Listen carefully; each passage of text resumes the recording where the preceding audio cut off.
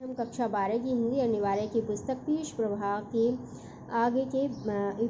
के राजस्थान के गौरव नामक पाठ के आगे के भाग को पढ़ेंगे। इसमें सबसे पहले संत जम्भेश्वर। प्रकृति प्रदत्त समाज जीवन हमारे देश की मूल आत्मा है। इसी आत्मा के तत्वान्वेषी यानी तत्वों की खोज करने वाले और सशक्त उद्घोषक यानी शक्तिशाली घोषणा करने वाले थे संत जम्भेश्वर जी। श्री कृष्ण जन्माष्टमी को जन्मे संत जम्भेश्वर जाम्बू जी के नाम से भी भक्तों में प्रसिद्ध है। इनका जन्म नागौर जिले के पीपासर गांव में हुआ था। बाल्यकाल से ही वे चिंतनशील प्रवृत्ति के थे। 34 वर्ष की आयु में माता पिता का देहांत हो जाने के पश्चात आपने सारी संपत्ति दान कर दी और सामाजिक उत्थान में लग गए। उन्हें लोग जाम्बू जी कहा करते थे। आप बीकानेर जिले की नोखा तहसील के सम्राथल धोरा आए और अपना मुकाम बनाए, यानी यहाँ पर आपने अपना स्थल चुना रहने के लिए। इसी स्थान पर उन्हें दिव्य ज्ञान भी प्राप्त हुआ तथा ईस्वी 1485 की कार्तिक अष्टमी को उन्होंने प्रथम उपदेश दिया। समाज में धर्म स्थापना व प्रकृति से सहजीवन के उद्देश्य को ध्यान में रखते हुए उन्होंने जीवन हेतु 29 नियम बनाए। इन्हें मानने वाले बिश्नोई 20-9 अर्थात बिश्नोई कहलाए। ये सभी नियम सदाचार, जीवन की नियमितता तथा प्रकृति संरक्षण पर ही आधारित हैं। आपने कट्टरता पर भी निरंतर प्रहार किए, दुष्टों का निग्रह अपने चमत्कारी व्यक्तित्व से किया। आपने सुल्तान सिकंदर लोधी को भी गौ हत्या न करने के लिए राजी कर लिया था। समाज को संत जम्भेश्वर जी के नेतृत्व से एक नई संजीवनी मिली। संजीवनी यानी जीवन प्रदान करने वाली औषधि। कई विधर्मी भी उनसे प्रभावित होकर उनके शिष्य बने। सरल व सुखी जीवन के नियमों के कारण लोग बड़ी संख्या में उनके अनुयायी बने। अपने विराट व्यक्तित्व के कारण वे सहज ही लोक मन के देव बन गए। बीकानेर जिले की लालसर गांव में समाधि लेकर उन्होंने अपनी जीवन लीला पूर्ण की। जम्भेश्वर जी तो चले गए, किंतु उनके अनुयायियों ने उनके बताए मार्ग का अनुसरण अपना बलिदान देकर किया। प्रकृति की रक्षा हेतु दिया गया वह बलिदान अत्यंत प्रेरक व अद्वितीय है। जोधपुर जिले के एक गांव खेजड़ली आज भी इस बलिदान का साक्षी है। बात सन 1730 की है। जोधपुर महाराजा ने अपने सैनिकों को राजकार्य हेतु वृक्ष काट लाने को कहा। सैनिकों ने खेजड़ली गांव को उपयुक्त समझा, क्योंकि इस गांव के प्रत्येक खेत में बहुतायत में खेजड़ी शमी के वृक्ष थे। राजा के सैनिक इस गांव में आधमकी गांव की ही एक माता इमरता देवी को जब इसका पता लगा तो वे दौड़कर खेत में पहुंची और खेजड़ी न काटने हेतु समझाने लगी। इतने में गांव के लोगों को भी पता लगा और वे भी वहां आ गए। राजा के सैनिक तो सत्ता मद में चूर थे ही, मना करने पर भी पेड़ काटने लगे तो इमरता देवी ने उन्हें ललकारते हुए कहा कि हमारे जीते जी तुम ये वृक्ष नहीं काट सकते, और गाँव के लोगों को प्रेरणा देते हुए कहा, सर सोटे रूख रहे तो भी सस्तो जान, यानी कि सर के कटने पर भी अगर वृक्ष जीवित रहे तो इसे सस्ता मानना।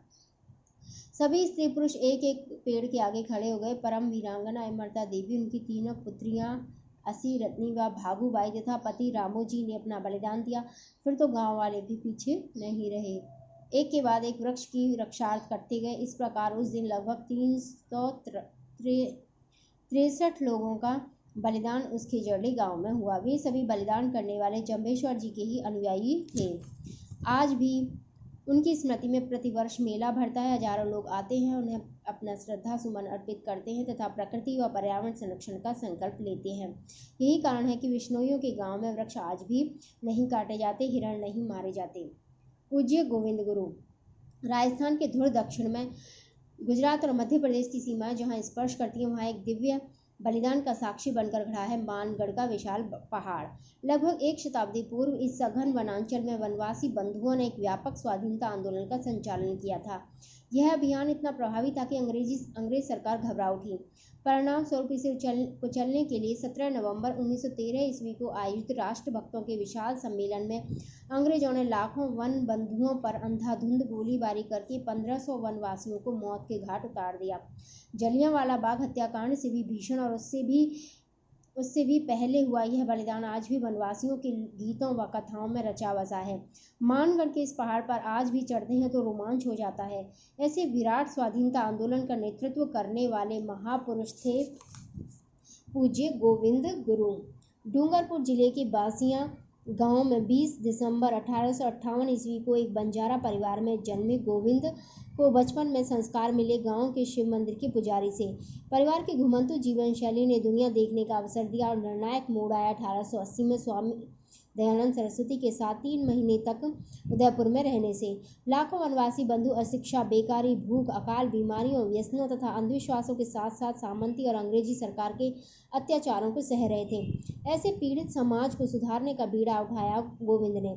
संप सभा नामक सामाजिक संगठन की स्थापना के साथ ही प्रारंभ हुआ गाँव में हवन कुंडों धूनी की स्थापना का कार्य।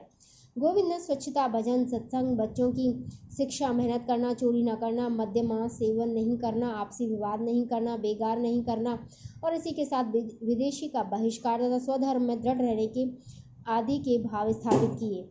समाज सुधार की बात गांव-गांव में चली तो गोविंद हो गया गोविंद गुरु। लाखों अनुयायी बनने लगे, कंठी रुद्राक्ष धारण करने लगे और संवित स्वर में लाखों कंठों से गुंजायमान होने लगा यह गीत, भुरौटिया भी मानू रे नीर मानू, अंग्रेज मैं तुम्हें कभी स्वीकार नहीं करूंगा। सन 1903 से प्रतिवर्ष मार्गशीर्ष पूर्णिमा पर संप सभा का वार्षिक सम्मेलन मानगढ़ के विशाल पहाड़ पर होने लगा। इसमें लाखों लोग जुटते थे। स्थानीय सामंत जागीरदार तो पहले से ही नाराज थे, ऊपर से उनके शत्रुओं ने भी कान भरने शुरू किए, जिसका परिणाम हुआ सन 1913 में भानगढ़ का हत्याकांड।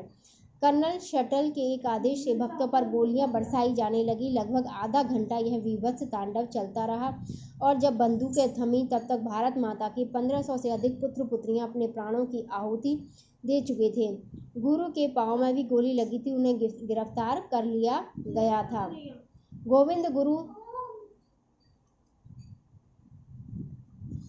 गुरु को अदालत में फांसी की सजा सुनाई, बाद में उसे काला पानी में और फिर आजीवन कारावास में बदल दिया। अहमदाबाद की सेंट्रल जेल में उन्हें रखा गया। विश्व युद्ध में अंग्रेजों की विजय के फलस्वरूप श्रेष्ठ आचरण के आधार पर इन्हें भी सशर्त मुक्त किया गया। गुरु अब 60 वर्ष के हो चले थे। गुजरात में पंचमहल में कंबोई नामक स्थान पर जीवन का अंतिम समय बीता। 30 अक्टूबर 1931 ईस्वी को यहीं से उन्होंने स्वर्ग प्रस्थान किया। आज भी हर मार्गशीर्ष पूर्णिमा पर हजारों लोग उस पहाड़ पर आते हैं, धूनी में नारियल अर्पित करते हैं और वहां की माटी को मस्तक से लगाते हैं।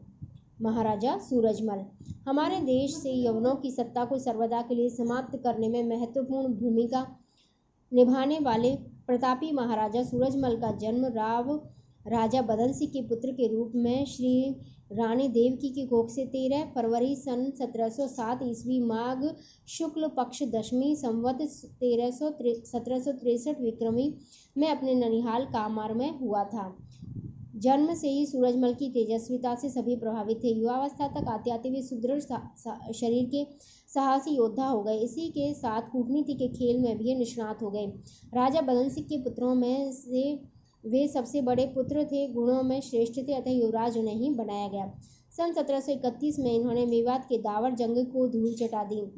नवंबर 1745 में उन्होंने अलीगढ़ के नवाब और मुगल बादशाह से युद्ध किया। दोनों पक्ष सूरजमल की सहायता पा लेने को उत्सुक थे। सन 1750 में दिल्ली के बादशाह के मीर बख्शी सलावत खां ने सूरजमल पर आक्रमण कर दिया। नारनौल के पास रात के अंधेरे में सलावत खां की छावनी पर सिंह झपट्टा मारकर सूरजमल ने उसे आत्मसमर्पण के लिए मजबूर कर दिया। संधि में जो शर्तें तय हुई वे युवराज सूरजमल की राष्ट्र भावना का परिचायक हैं।